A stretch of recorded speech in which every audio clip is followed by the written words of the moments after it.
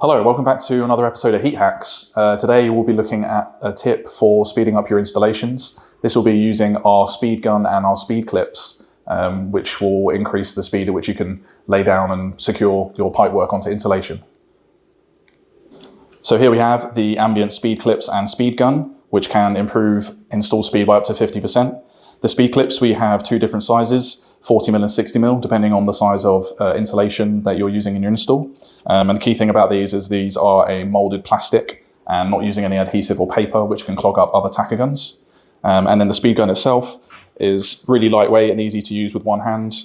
It's a good height, waist level, so you're not bending down during your install. It's got a stand, so again, it's not falling over and not having to bend down and pick it back up all the time.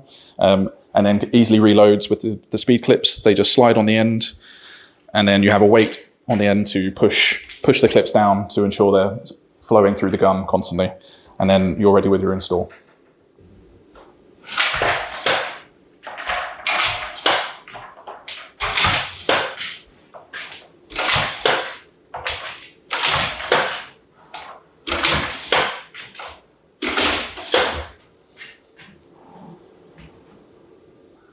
Thanks for watching this episode of Heat Hacks.